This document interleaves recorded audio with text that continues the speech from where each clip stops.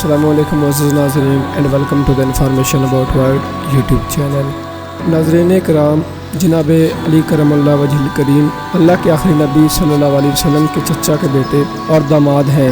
آپ کم عمر لوگوں میں سب سے پہلے اسلام قبول کرنے والے ہیں اور ساری زندگی اللہ کے نبی صلی اللہ علیہ وسلم کے ساتھ گزارنے والوں میں سے ہیں۔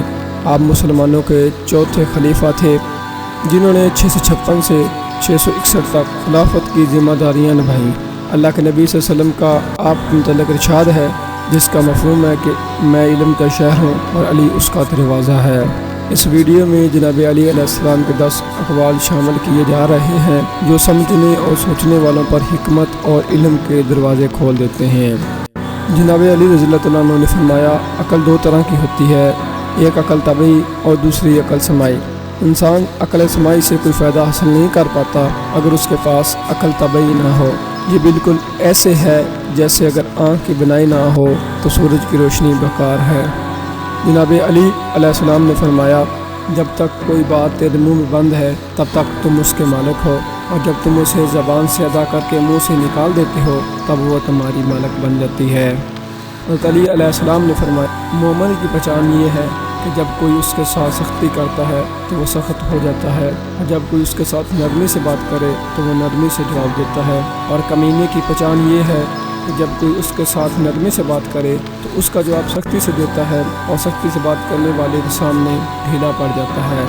اسی لیے ڈاکٹر علامہ اقبال نے فرمایا تھا، ہو ہلکا یاراں تو بریشم کی طرح نرم، بزم حق و باطل ہو فلاد ہے مومن۔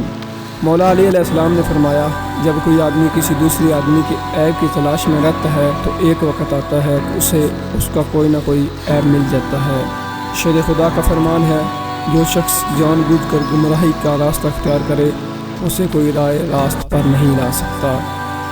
حیدر کرار نے فرمایا، کبھی اچانک تمام کام درست ہو جاتے ہیں اور کبھی طلبگار ناکام رہتا ہے، اور میں نے اللہ کو اپنے ارادوں میں ناکامی سے بچانا۔ خیبر شکن مولا علی کا فرمان ہے، جب کسی شخص کا علم اس کی عقل سے زیادہ ہو جاتا ہے تو وہ اس کا علم اس کے لیے وبال جان بن جاتا ہے۔ علم کے شہر کے دروازے سے اعلان ہوا، صدق یقین کے ساتھ سوئے رہنے اس نماز سے کہیں بہتر ہے جس کے پڑھنے میں یقین شامل نہ ہو۔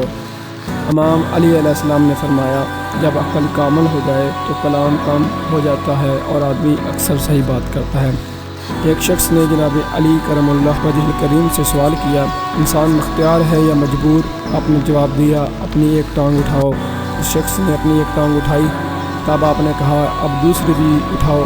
تو بولا، میں اس سے مجبور ہوں۔ تو آپ نے فرمایا، یہی مثال مختار اور مجبور کی ہے۔ اس سوال کی ویڈیو بس یہیں تک۔ اگر آپ لوگوں کو ہماری یہ انفارمیٹو ویڈیو پسند آئی تو ویڈیو کو لائک کریں اور چینل کو سبسکرائب کریں۔ ملتے ہیں ایک اور نئی انٹرسٹنگ ویڈیو کے ساتھ، تب تک دیجیے اجازت۔ اللہ حافظ۔